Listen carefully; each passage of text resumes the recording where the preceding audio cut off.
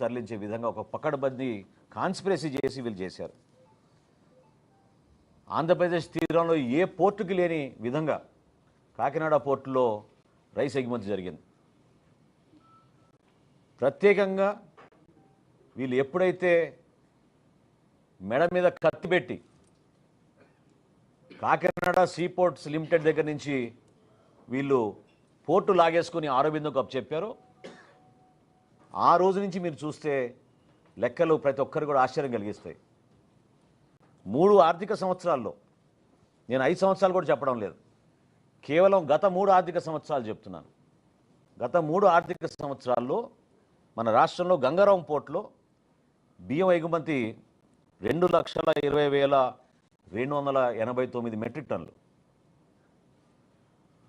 కృష్ణపట్నం అధునాతమైంది, చాలా పెద్ద పోర్టు, ఇక్కడ 23,51,218. విశాఖపట్నం అన్నిటికన్నా పెద్ద పోర్టు, 38,02,000 మెట్రిక్ టన్నులు. ఇప్పుడు కాకినాడకు వస్తే లెక్కలు చెప్తే మీరే ఆశ్చర్యపోతారు.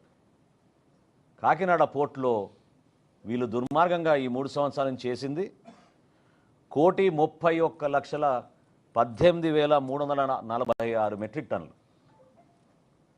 దీని విలువ ఒక్క కాకినాడదే చెప్తున్నాను, కాకినాడలో రైస్ ఎగుమతి విలువ ఈ 3 సంవత్సరాల్లో 48,537 కోట్ల రూపాయలు.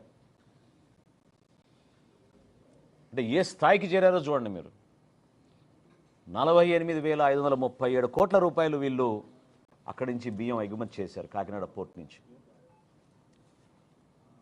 ఏ రోజైనా ఇప్పుడు నిన్న చాలామంది హడావిడిగా ప్రెస్ కాన్ఫరెన్స్లు పెట్టారు. కన్నబాబు గారు పెట్టారు, చంద్రశేఖర్ రెడ్డి గారు పెట్టారు, వైఎస్ఆర్సీపీ నాయకులు చాలామంది హడావుడి చేశారు. గౌరవ ఉప ముఖ్యమంత్రి గారు పవన్ కళ్యాణ్ గారు ఎందుకు కాకినాడ పోర్టుకి రావాల్సి వచ్చింది?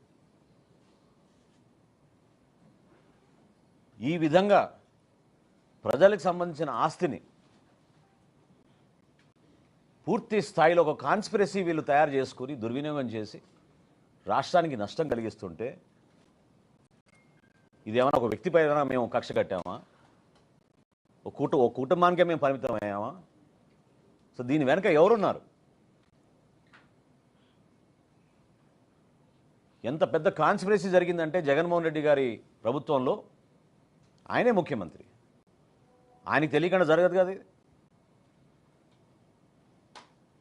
ఆరోబిందో రియాలిటీకి కాకినాడ సీపోర్ట్స్ ఎందుకు 41% వాటా ట్రాన్స్ఫర్ చేసింది? ఏ సందర్భంలో చేసింది?